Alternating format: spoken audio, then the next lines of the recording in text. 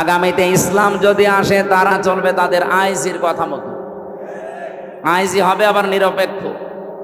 IG যদি এই জাহাঙ্গীরনগর ভার্সিটির ভিসির মতো হয়, 3 দিন পরে রেজাল্ট দেবে, তাও যে রেজাল্ট দেওয়া দরকার ওইটা দেবে না। এই জন্য আমরা চাইবো যে ওনাদের বিভাগটা নিরপেক্ষ থাকবে এবং যত প্রশাসনে মানুষ চাকরি করে এই দেশে সবাই চলবে তাদের এই চেইন অফ কমান্ড অনুযায়ী। কোন নেতা খেতা নেত্রী কে বলবে সেইটার ধার তারা যেন আর না ধারে, সেই ব্যবস্থা আগামীতে করা হবে ইনশাআল্লাহ।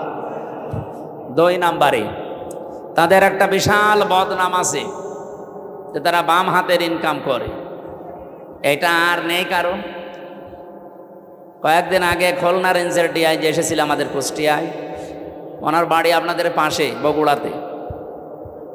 ওনার আমি বলছিলাম যে স্যার আমারও নিয়ে গেছে মেহমান করি,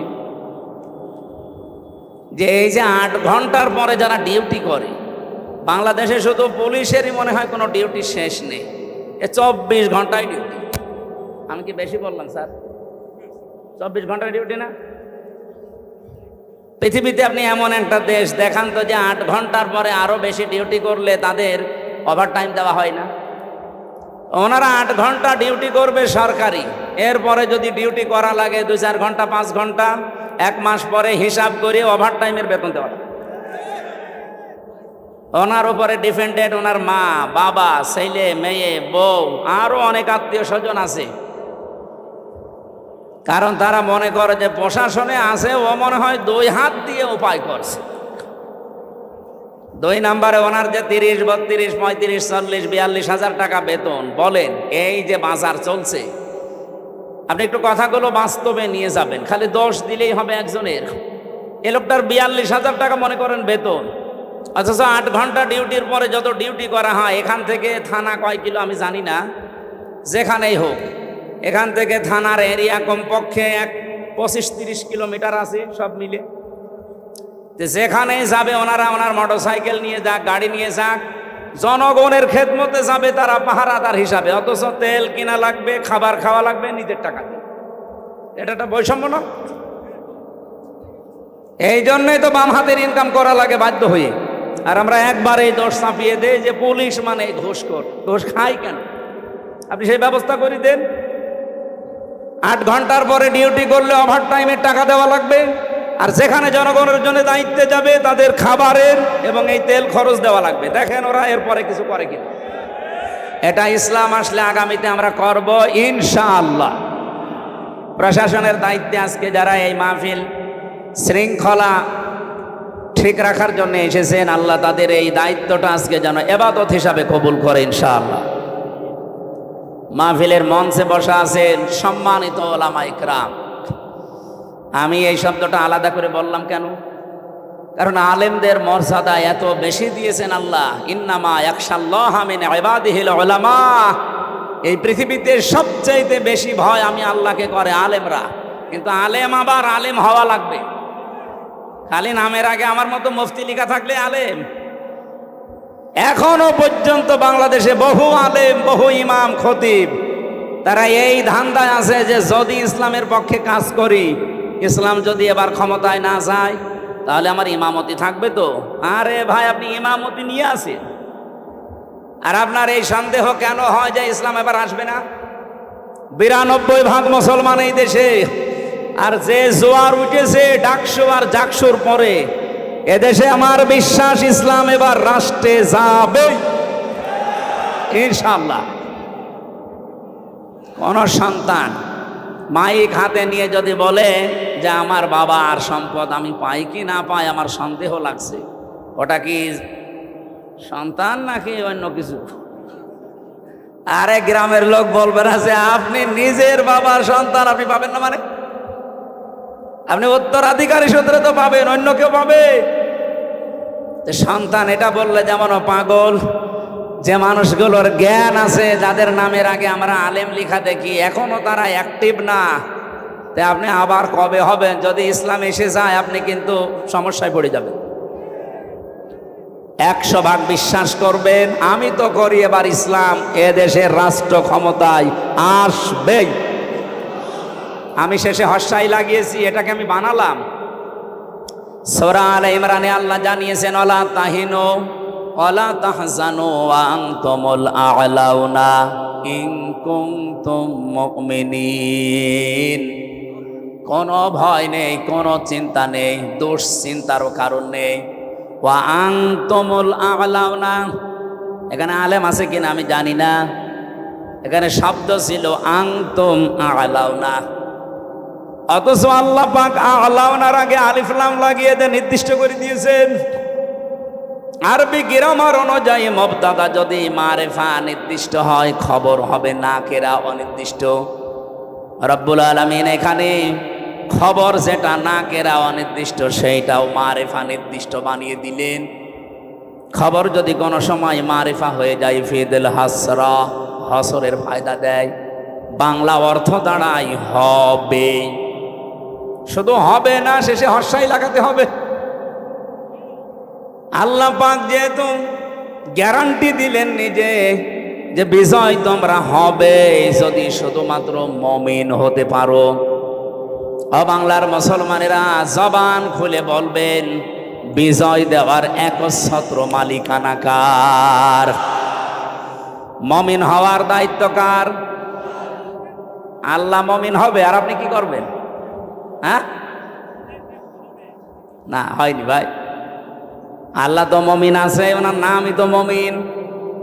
সুতরাং আপনাকে মুমিন হওয়ার শর্ত লাগিয়েছে আল্লাহ। যদি এবার আমরা সত্যিকারের মুমিন হতে পারি, মাস্ট বি আল্লাহ তার কথা রাখবে। নাকি আল্লাহ এরকম যে সকালে এক কথা আর বিকালে আর এক কথা বলে? রব্বুল আলামিন বলেন আতাম্মাত কালিমাতু রাব্বিকা সিদকাও ওয়া আদলা লা মুবাদদিলা লিকালিমাতি ওয়া হুয়াস সামিউল আলিম। সূরা আনআমের 115 নম্বর আয়াতের ভেতরে পাবেন 8 নাম্বার পারার প্রথম নাম্বার পৃষ্ঠার 11 নাম্বার লাইনে আছে। যত তাফসির আমি পড়েছি আয়াত নিয়ে, আমার কাছে এই তিনটা বিষয় ধরা পড়েছে। আল্লাহ পাক বলেন, হে নবী, আমি যে কালাম পাঠালাম এর প্রত্যেকটা কথা সত্য। 2 নম্বরে সিদক ওয়া আদলা, এটা ন্যায় ইনসাফ দিয়ে পরিপূর্ণ। 3 নম্বরে আমার কোরআনে আমি যা বললাম কিয়ামত পর্যন্ত কোনো পরিবর্ধন নেই। যা বলেছি ওটা হবে। এই জন্যে আমরা এত সাহস নিয়ে বলতে পারছি এবার ইসলাম জায়গা মতো যাবে ইনশাআল্লাহ। এই জন্য যারা এখনো দদুল্লামার অবস্থায় আছেন যে জমি বাবার পাই কি না পাই, এ ধান্দা কি ভালো? আপনি তাহলে মনে হয় অন্য কারো সন্তান। বাংলাদেশের বৈধ নাগরিক আমরা, 92% মানুষ আমরা এখানে মুসলমান। এবার আপনি 100% বিশ্বাস নিয়ে বাড়ি যেতে পারেন। যেভাবে জোয়ার উঠেছে, ঝড় উঠলে ঝরা পাতাগুলো আকাশে ওঠে। এবার ঝড় উঠেছে, অবশ্যই এই ঝড়ে কেউ কেউ যারা আমরা পড়ে আছি নিচে, আমাদেরকে আল্লাহ উপরে তোলার জন্য এই ঝড় সৃষ্টি করে দিয়েছে। জাহাঙ্গীরনগর বিশ্ববিদ্যালয়ে মুসলিম শব্দ পর্যন্ত বাদ দেওয়া হয়েছিল।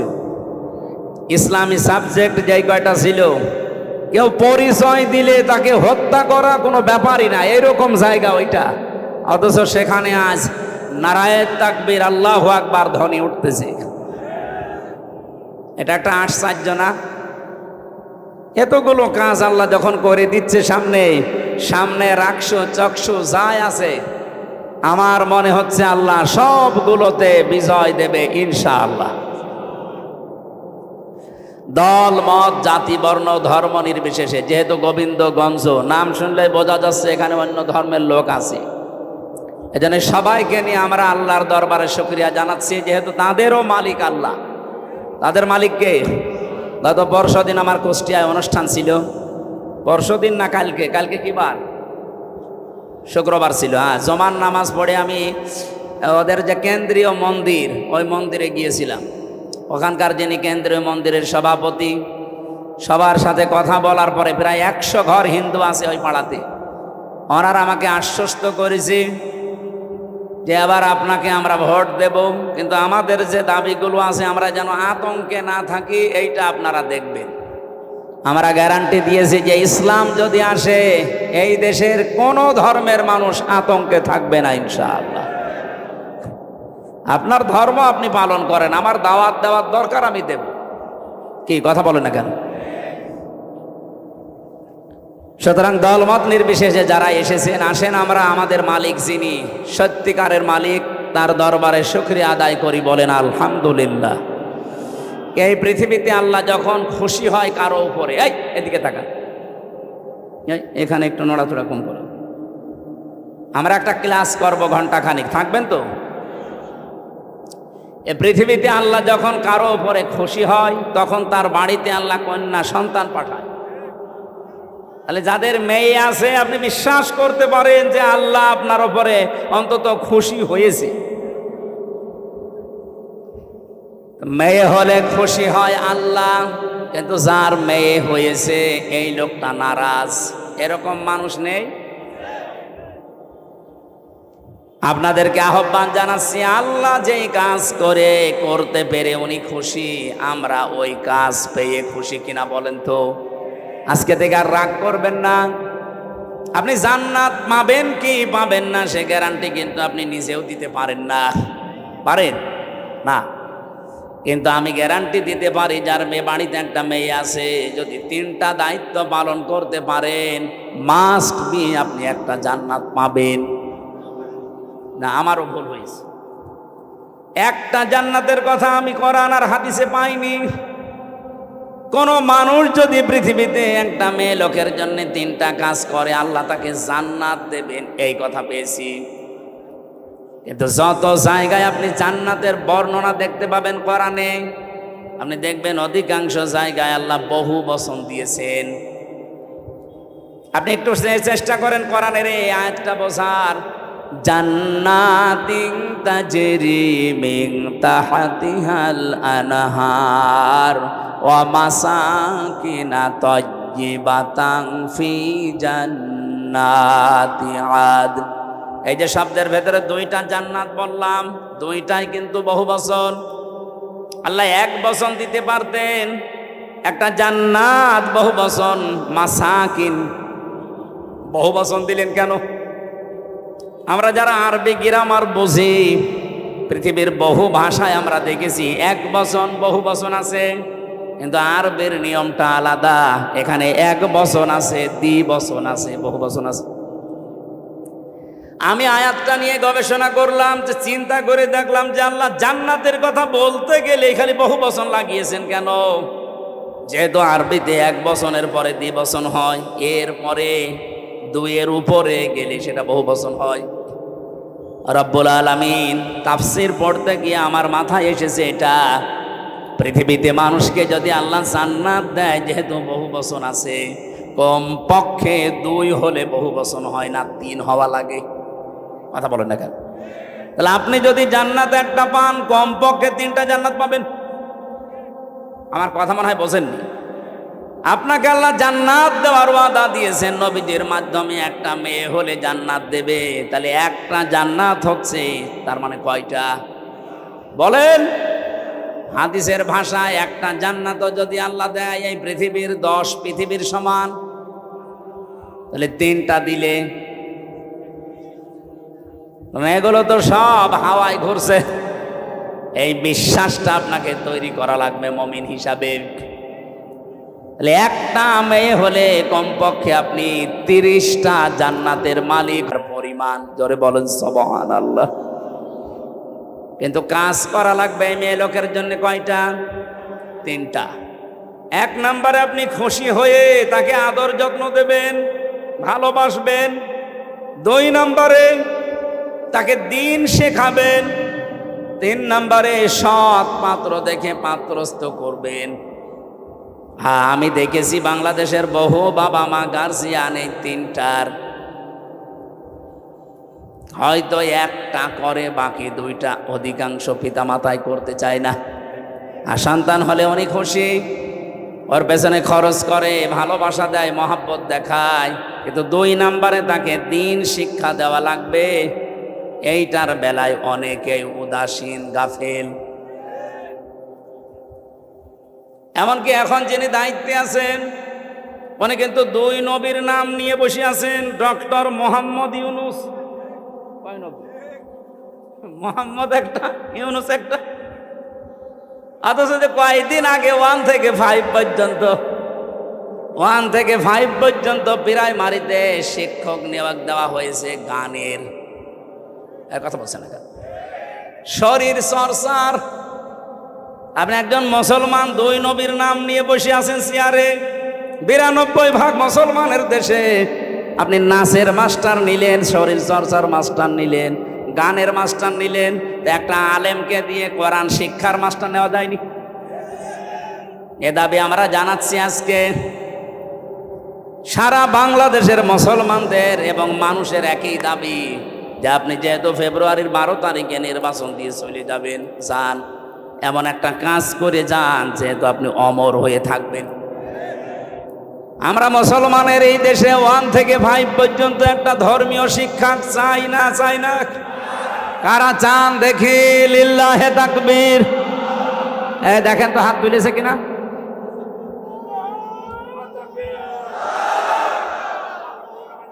আলহামদুলিল্লাহ ভাই। আমাদের এই দাবি যদি ডক্টর মোহাম্মদ ইউনুস পর্যন্ত, আমি জানি যে যাবে, কারণ কত ফেরেশতা বসে আছে দেখেন। এই যে কিরামান কাতিবিন না, পৌঁছিয়ে দেবে জায়গা পর্যন্ত। ওনার কান পর্যন্ত যাওয়ার পর যদি কিছু নাও করে, আমার আরশ পর্যন্ত চলে গেছে।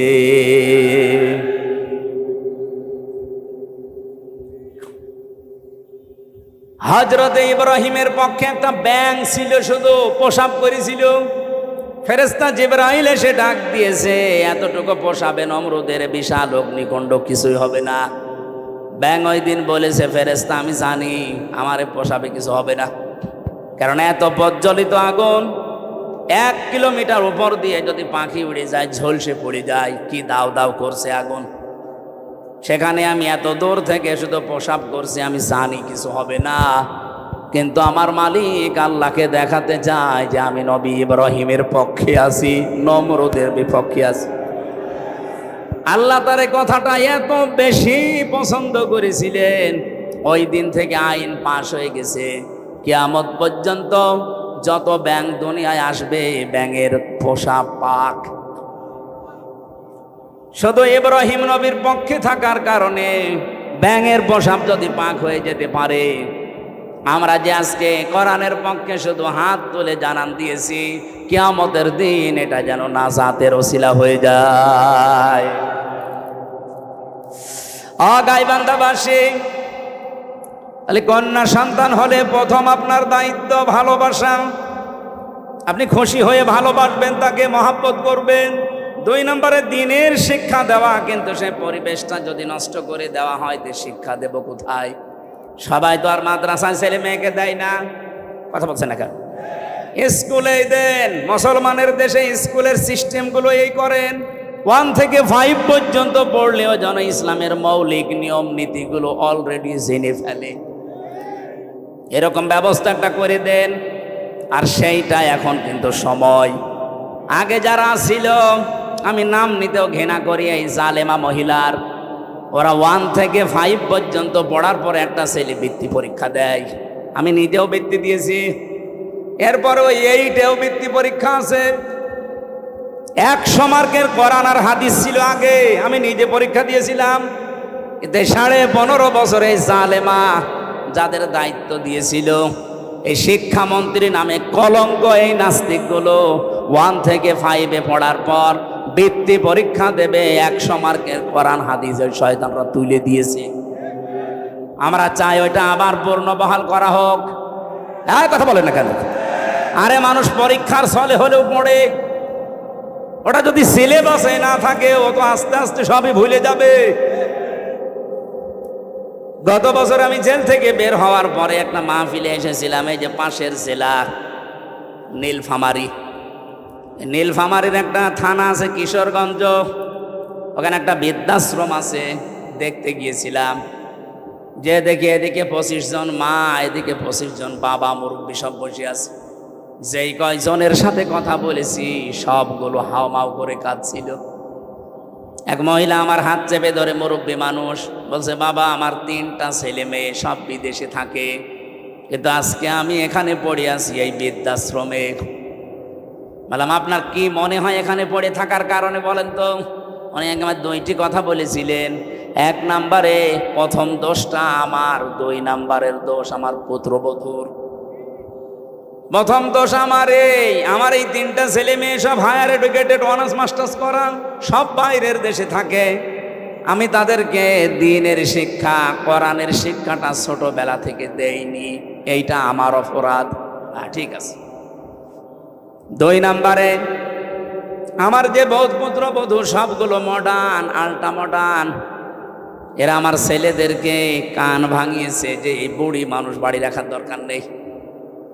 শেষ পর্যন্ত তারা তো চলে গেছে, আমারে রেখে গেছে এই বৃদ্ধাশ্রমে। আমি এখন এই যে 24 ঘন্টা কাজ কাম নেই, শুধু পড়তে থাকি, মাঝে মাঝে কোরআন হাদিস ইসলামের ইতিহাস পড়ি। আমি বুঝি এই ছেলেটারও দোষ না, দোষ এখন আমার মনে হচ্ছে। কারণ আল্লাহর কোরআনের যে জ্ঞানটা, ওয়াকাদা রাব্বুকা আল্লা তা'বুদু ইল্লা ইয়্যাহু ওয়া বিল ওয়ালিদাইনি ইহসানা।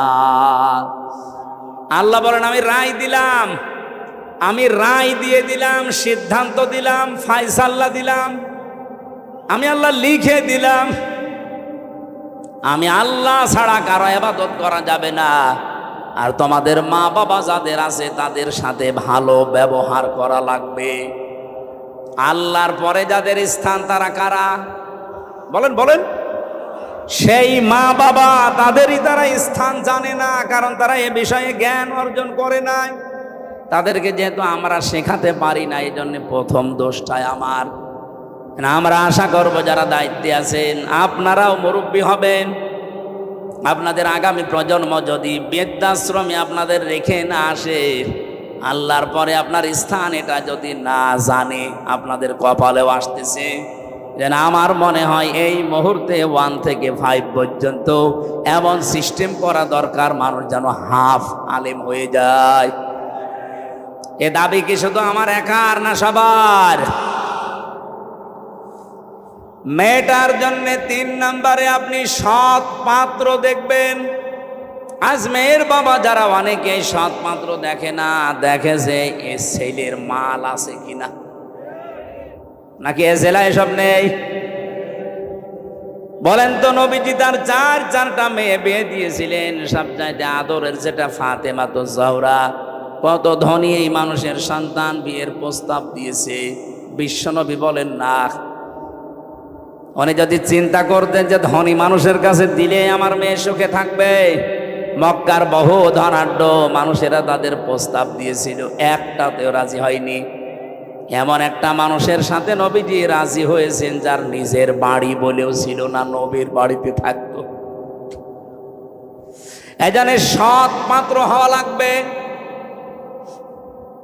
আমি ঝিনাইদহে একটা বাড়িতে অনুষ্ঠানে ছিলাম, আমাকে চা দিল, কাপ দিয়েছে স্যার, কিন্তু পিরিচ দেয়নি। অথচ লোকটা টিয়নো, আপনি টের পাচ্ছেন? আমি তো হেসে ফেলেছি, জ্ঞানী মানুষ তো বুঝে ফেলেছে। আমার দিকে তাকিয়ে বলছে, হুজুর আপনি কেন হাসলেন? আমি কিন্তু জানি আপনি মনে করছেন আমি টিয়নো। আমি একটা থানা পুরা উপজেলার প্রধান, আমি আপনাকে চা খেতে দিয়েছি, শুধু কাপে পিরিচ দেয়নি নিচে, আপনি হাসলেন। বাস্তবতা এইটা, গত পরশুদিন এই পিরিচটা ভেঙে গেছে, কাপটা নিচের যেটা। আমি ইচ্ছা করলে কিনতে পারতাম, এরকম 1000টা পিরিচ কিনতে পারতাম। গতকালকেও আমার অফিসে একটা বিশাল বান্ডিল এসেছিল, শুধু সই করতে বাকি, সই করে দিলে ওই 8 লাখ টাকা আমি পেয়ে যেতাম। এইরকম পিরিচ 1000টা কিনতে পারতাম। সেই ছোটবেলায় আমি আমার মায়ের কাছে, মাওলানার কাছে, ওস্তাদের কাছে আমি শিখেছি যে ঘুষ খাওয়া এটা হারাম। ওই দিন থেকে এই পর্যায় পর্যন্ত আমি আজও কোনো ঘুষ খাইনি। এত কষ্টের জীবন যাপনে আছে, এই যে অন্যায় অবৈধটা আমার সমর্থ থাকার পরও আমি করি নাই, এই জন্য আল্লাহ অন্য দিক থেকে আমারে পুষিয়ে দিয়েছে। রব্বুল আলামিন আমার স্ত্রীকে বানিয়েছে আমার মন মতো আল্লাহওয়ালা, আমার সন্তানগুলো ঠিক আল্লাহ ওইভাবেই মন তৈরি করে দিয়েছে। যতটুকু দেওয়া হয় অতটুকুতেই তারা আত্মতুষ্টি আত্মতৃপ্তিতে আছে। আপনি যদি হারাম ইনকাম করেন, আপনার স্ত্রী আপনার সন্তানাদির মন আল্লাহ ঠিক ওই রকম করে দেবে। এই কথা বলছেন? এটাকে আমি বানালাম। সূরা তাহা 16 নম্বর পারা 19 নম্বর পৃষ্ঠা 13 নম্বর লাইনের 124 নম্বর আয়াতে এই তথ্যটা আছে। অমান আ'রাদা আন যিকরি ফাইন্না লাহু মাঈশাতান দঙ্কা ওয়া নাহশুরুহু ইয়াউমাল কিয়ামাতি আ'মা। রব্বুল আলামিন বলেন, আমার বিধান বাদ দিয়ে যারা ইনকাম করবে, বলেন তো ঘুষ খাওয়া এটা আল্লাহর বিধানে আছে? হ্যাঁ বলেন বলেন। আল্লাহর বিধানের বাইরে যারা উপায় করে ইনকাম করে, চর্ম চোখে দেখতে মনে হয় যে বিশাল সম্পদের মালিক হয়ে যাচ্ছে, আল্লাহ বলেন আমি দঙ্কা করে দেই, ওর জীবনের এই উন্নতিতে কোনো বরকত থাকে না। হ্যাঁ, হয়তো প্রতিদিন 2 লাখ টাকা করে আসবে ঠিক, কিন্তু 2.5 লাখ টাকা চলে যাবে এরকম রাস্তা বানিয়ে দেব। আসবে প্রতিদিন বৈধ অবৈধভাবে 2 লাখ করে, যাবে প্রতিদিন কত? লাভ হচ্ছে না লস হচ্ছে? এটা তো একটা গেল।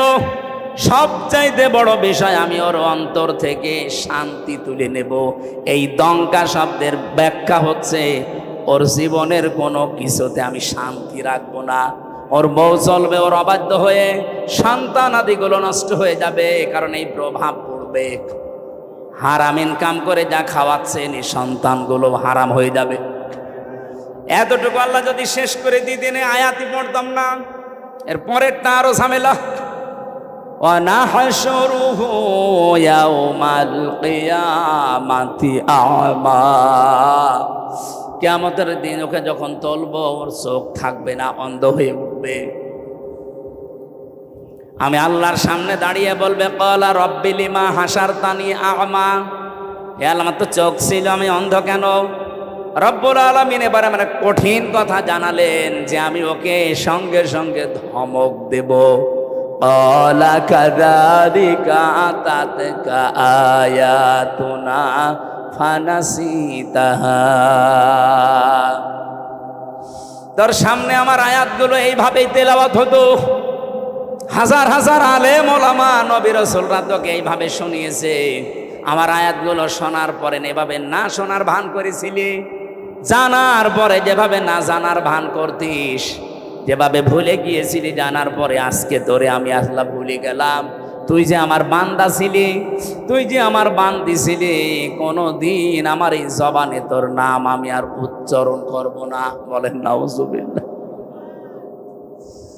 ও গাইবান্ধাবাসী, কিয়ামতের দিন যদি আল্লাহ আমাকে না ডাকে, আমার নাম ধরে তার জবানে, আপনার নাম ধরে যদি কিয়ামতে আল্লাহর ডাক না দেয় যে তোর নাম আর কোনোদিন উচ্চারণ হবে না, যা। নিজের নাম উচ্চারণ না হলে কেমন লাগে আপনি জানেন? আমি যখন আয়না ঘরে ছিলাম, মাটির নিচে আমি নিজে দেখেছি, মাটির নিচের ওই দেওয়ালে লেখা আছে। কেউ কেউ এই নখ দিয়ে বড় বড় নখ হয়ে যায়, খুশিয়ে খুশিয়ে এই দেওয়ালের সাথে লিখেছে যে ভাইরা এই যে নাম্বার লিখেছি, কেউ যদি বাইরে যেতে পারেন এই নাম্বারে যাবেন, যে এই নামের মানুষটা আজও বেশি আছে। মানুষটা পড়ে আছে আজ 8 বছর 10 বছর 14 বছর পড়ে আছে, কেউ জানে না। আমার সাথে যারা ছিল 7 বছরের মানুষ আমি পেয়েছি, পাগলের মতো হয়ে গেছে। এত বড় বড় চুল, তার মানে 6 মাস 1 বছর পরে তাদের চুল কেটে দেয় কোনো কায়দায়। আমি তো অল্প দিন ছিলাম, এই জন্য আমার অত কিছু হয়নি। ওর নাম যে কি, লোকটা নিজের নাম পর্যন্ত ভুলে যায়, কারণ কেউ তারে ডাকে না। নিজের নামই দুনিয়ার এই জমিনে কেউ না ডাকলে কত আফসোস লাগে, কত দুঃখ লাগে, কত কষ্ট লাগে নিজের ভেতরে। আল্লাহ পাক বলেন কিয়ামতের দিন তোর নাম আমি আমার মুখ দিয়ে আর কোনো দিন উচ্চারণ করব না।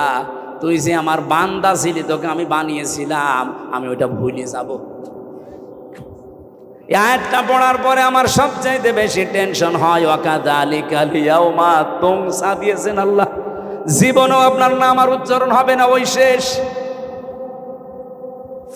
আমার তো মনে হয় এরকম বহু মানুষ দুনিয়াতে আমরা আছি যারা আল্লাহর বিধানকে বাদ দিয়ে এই পৃথিবীতে উপায়, ইনকাম এগুলো করছি, দেদারছে।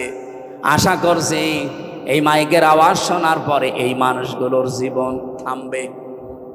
আল্লাহ যেন তৌফিক দাও মানুষকে, বলেন আমিন। কন্যা সন্তান হলে যে দায়িত্বগুলো পালন করা লাগে, এগুলো যদি সত্যি আমরা করি, আল্লাহ যেহেতু খুশি, উনি জান্নাত দেওয়ার ঘোষণা দিয়েছেন। মেয়ে যাদের আছে, আল্লাহ কমপক্ষে যেন 3টা জান্নাতের মালিক তাকে বানান, আমিন। দ্বিতীয় নম্বরে হাদিস হচ্ছে, আল্লাহ যদি ওই লোকটার উপরে আর একটু খুশি হয়, তখন তার বাড়িতে আল্লাহ মেহমান পাঠায়। যদি আর একটু বেশি খুশি হয়, তখন তাকে রোগ ব্যাধি দিয়ে একটু পরীক্ষা চালায়। যদি আল্লাহ আর একটু বেশি খুশি হয়ে যায়, সর্বশেষ তখন ওই এলাকায় আল্লাহ বৃষ্টি নাজিল করে। সিস্টেম অপর পৃষ্ঠায় দেখুন, রব্বুল আলামিন বলেন, এটা হাদিস মুসলিম শরীফ, এই পৃথিবীতে আমি আল্লাহ যদি কারো ওপরে রেগে যাই, তার 1 নম্বরে তাদের ওপরে যে মানুষগুলো দুনিয়ায় যৌতুক খায়। এদেশে তো যৌতুক নেই। যৌতুক এটা মানবতার সাথে মহা কৌতুক। আমি এ কোরআন হাতে নিয়ে গ্যারান্টি দিতে পারি, এবার যদি ইসলাম যায়, বারবার তো মেয়ে লোককে আমরা পাঠিয়েছি, 2 মহিলা এটার একটাও করে নাই। ইসলাম যদি এবার যায়, সর্বপ্রথম যৌতুক নামে এই কৌতুককে ঝাঁটা পিটা করে বিদায় করা হবে।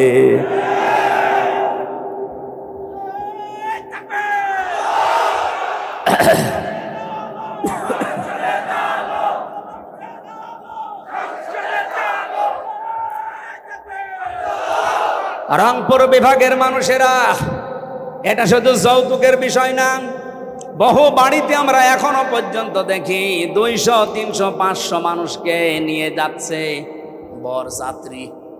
না, এই জেলা এসব নেই, কোথায় পেয়েছেন ভণ্ডামি? বরযাত্রী ইসলামে নেই, বরযাত্রী ইসলামে নেই। এগুলো এসেছে হিন্দুদের সংস্কৃতি থেকে। হ্যাঁ, ইসলামে আছে অলিমা। কি অলিমা করা লাগে? ছেলের বাড়ি না মেয়ের বাড়ি? তা আপনি যদি কিছু করতেই চান, ছেলের বাড়িতে আপনি অনুষ্ঠান করবেন, 200-500 না 1000 মানুষ খাওয়ান, কোনো অসুবিধা নেই। আপনি মেয়ের বাবার বাড়িতে তার অনুমতি ছাড়া, তার সন্তুষ্টি ছাড়া একটা পানও খাওয়া আপনার জন্য জায়েজ নেই। আর আপনি 200 মানুষ নিয়ে খাওয়াচ্ছেন গরুর মতো। আজকে থেকে সিদ্ধান্ত নেওয়া লাগবে যে যেটা ইসলামে নেই, এই বরযাত্রীর দাওয়াত পেলেও আমি আর জীবনে যাব না। কারা কারা রাজি আছেন দেখি? অনেকে হাত তুলছে না। ঠিক আছে, আলহামদুলিল্লাহ। এখানে যারা বিয়ে করেছেন, সত্যি করে বলবেন, বিয়ে যারা করেছেন, অলিমা করেছেন, কারা কারা হাত তোলেন তো? আন্দাজে হাত তুলছেন না? ওসি সাহেব হাত তুলতে পারিনি, তার মানে উনি অলিমা করিনি, বরযাত্রী নিয়ে গেছে। সিস্টেম হয়তো জানতো না, আগামীতে এই সিস্টেম বাংলাদেশে থাকবে না। এদেশে যদি মেয়ে বিয়ে করতে চান, আপনি বিয়ে করে নিয়ে এসে অলিমা করবেন ছেলের বাড়িতে। যৌতুকের টাকা না খেয়ে আমার মনে হয় পায়তা আকদামিনা, তোমাকে আর আমাকে সামনে নিয়ে আল্লাহ বলেন মুখের ওপরে জোড়া লাথি দিয়ে জাহান্নামে দেবে। বহু মেয়ে, বহু ছেলে জোড়া লাথি মুখে দিয়ে আপনাকে আমাকে জাহান্নামে নেবে, শুধু অসচেতন থাকার কারণে। এই জন্য সচেতন হবেন আজকে থেকে মায়েরা। আমি যেদিন যৌবন পেয়েছি, ওই দিন থেকে আমার এই চোখ দিয়ে কোনো নিষিদ্ধ জিনিস আমি দেখি না। এই জন্যে বাবা আপনাকে বলেছে আমি নাকি অন্ধ। আমার বাবা বলেছিল আমি ন্যাংরা। হ্যাঁ, আমার এই পা দিয়ে হারাম কোনো কাজে আমি যাইনি। বাবা বলেছিল আমি কালা। হ্যাঁ, আমার এই কান দিয়ে আমি আজ পর্যন্ত কারো গীবত শুনিনি। বাবা বলেছিল আমি বোবা, আমার এই মুখ দিয়ে হারাম কোনো কথা আমি বের করি না। এই যে এতগুলো কথা শোনার পরে এই বংশে এসেছিল, এই মায়ের পেটে এসেছিল হযরতে আব্দুল কাদের জিলানী। 6 বছর মাত্র বয়স হয়েছে তার। ওনার পুরা জীবনী আমি পড়েছি। ওনার মা নিয়ে গেছে মক্তবে, ওস্তাদ বলছে এই বলো আলিফ। উনি বলছে হুজুর আলিফের অর্থ কি? আলিফের কোনো অর্থ হয় না। উনি ওই দিনই বলেছিল ওস্তাদ আলিফের যদি অর্থ না হয় ও জিনিস আমি পড়ি না, কারণ যে জিনিসের অর্থ নেই ওই জিনিস পড়ি আমি করবো কি? আপনি আমাকে অর্থ শেখান। উনি বলছে তুমি জানো আলিফের মানে? হ্যাঁ জানি। বলো দেখি। উনি আলিফ লাম মিম দিয়ে আরম্ভ করেছিলেন আল্লাহু লা ইলাহা ইল্লাহু আল হাইয়ুল কাইয়্যুম। সূরা বাকারার 255 নাম্বার যেটা আয়াতুল কুরসি বলে আমরা জানি, এ পর্যন্ত তেলাওয়াত করে আসলেন। এবার তিনি আল্লাহর পরিচয় তুলে ধরলেন 10টা। এখানে আল্লাহর 10টা ক্ষমতার কথা আছে। ওস্তাদ কাঁদতে কাঁদতে বেহুশ হয়ে গেছে। হোশ ফেরার পরে বলে মা আপনার ছেলেকে কোনো জায়গায় মনে হয় পড়িয়েছেন, আমার কাছে নিয়ে এসেছেন পরীক্ষা করার জন্যে। ওস্তাদ বলে না। মা বলছে আমি এই মাত্র আপনার কাছে প্রথম নিয়ে আসলাম, কোনো জায়গায় নিয়ে যাইনি।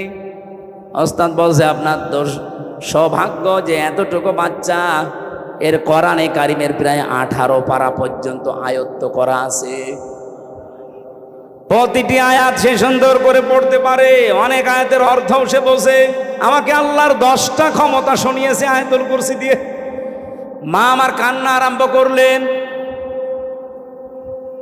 ওস্তাদ বলে আপনি কাঁদেন কেন? আপনার তো সৌভাগ্য, খুশি হওয়ার কথা। বলে না আমি নিজেও কোরআনের হাফেজা। আমার এই সন্তান পেটে আসার পরে আমি প্রতিনিয়ত কোরআন পড়তাম। যখন জন্ম নিয়েছে ফজরের নামাজ পড়ার পরে আমি একে পাশে বসিয়ে বসিয়ে আমি নিজে পড়তাম। আমি দেখেছি আমারে আব্দুল কাদের আমার মুখের দিকে তাকিয়ে মুখ মিলাচ্ছে। ওস্তাদ আমার আফসোস হচ্ছে এই কারণে, আমি যদি আর একটু কষ্ট করে পড়াটাই প্রতিদিন পড়তাম আমার এই ছোট সন্তান এই ছোট বয়সেই কোরআনের হাফেজ হয়ে যেত। আব্দুল কাদের জিলানী এমনি এসেছিল পেটে। আপনার বিয়ের আগেই পেট সারা দেশের মানুষের দেখা শেষ। এমন ব্লাউজ গায়ে দিয়েছে মনে হচ্ছে ফুটবল খেলার মাঠ। এক কথা বলছেন এখন, এই দিক থেকে একটা ফিতা, ওই দিক থেকে আর একটা ফিতা, মাঝখানে দিয়েছে গেরো, ওটা ফুটবল খেলার সেন্টার। কত মানুষ আছে বাসে নজর ওই দিকে দেয় নাকি এই এলাকায় সব নেই? মা বোন যারা এসেছেন নিজেদেরকে রক্ষা করেন। আল্লাহ এর পরের শব্দে দিয়েছেন রিশা, শুধুমাত্র লজ্জা নিবারণ করার জন্য পোশাক দেয়নি, সৌন্দর্য বৃদ্ধি করার জন্য পোশাক আমি দিয়েছি। হ্যাঁ এখানে ব্যাখ্যা দুইটা। আপনি শুধুমাত্র সৌন্দর্য প্রদর্শন করতে পারেন পোশাক আশাকের মাধ্যমে, বিবাহিতা মেয়েরা তার স্বামীর কাছে। কথা বোঝা যায়নি? আপনি পোশাকের দ্বারা যদি সৌন্দর্য বর্ধন করতে চান করবেন, কিন্তু কার জন্যে? স্বামী ছাড়া পৃথিবীর কারোর জন্য, এমনকি নিজের বাবার জন্যেও মেয়েদের সাজ করা জায়েজ নেই। আজকে যে পরকীয়া প্রেম বাড়ে, বহু মানুষকে আমি বলতে শুনেছি হুজুর যেভাবে চাই ওইভাবে করে না। কি আমি চাই আমার বউ রাতে নাইট ড্রেস পরে থাকবে, ও পরে না, এই জন্য আমি অন্য জায়গায় লাইন করি। এরকম মানুষ দেশে নেই? এখানে পরকীয়া প্রেম করেন কারা? হাত তোলেন তো দেখি। ও আলহামদুলিল্লাহ, এই জেলা তো একেবারে মানে তো মডেল জেলা। কোনো কিছুই নেই, যৌতুক নেই, পরকীয়া প্রেম নেই, ওসি তো খুব আরামে আছে।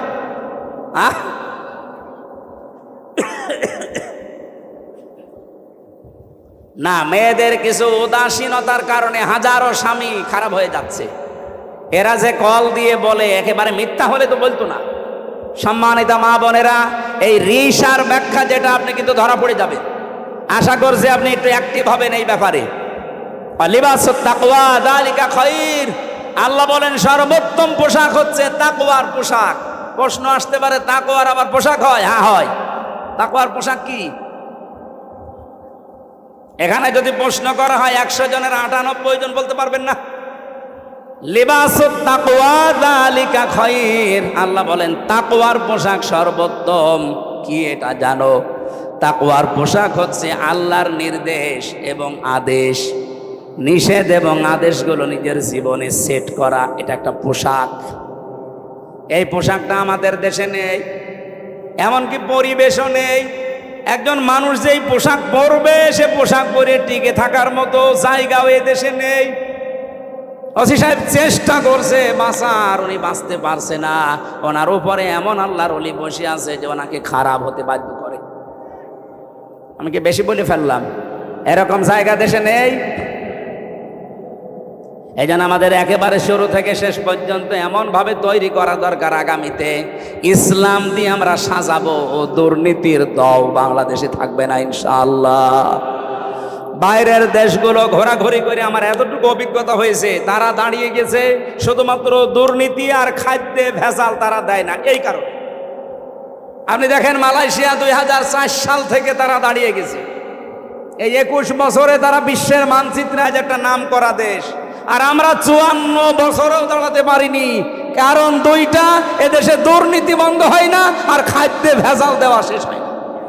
এই দুইটা কন্ট্রোল করতে পারলে আমাদের দেশও দাঁড়িয়ে যাবে ইনশাআল্লাহ। আর এটা করা একমাত্র সম্ভব ইসলামের জন্য, ইসলাম ছাড়া সম্ভব না। যদি এবার ইসলাম আসে, আমি প্রশাসনের পক্ষে কয়েকটা কথা সামনে বলার এবং বাস্তবে রূপ দেওয়ার চেষ্টা চালাবো 100 ভাগ ইনশাআল্লাহ। তার 1 নম্বরে, অন্যান্য দেশে আমি ঘুরেছি বিশ্বের, বাংলাদেশ পুলিশ বৈষম্যের শিকার হয়ে আছে কয়েক দিক থেকে। তারা এই যে দুর্নীতি মুক্ত করতে পারে না, তার 1 নম্বরে কোনো নেতা খেতা নেত্রীর কথা তাদের শোনার দরকার নেই।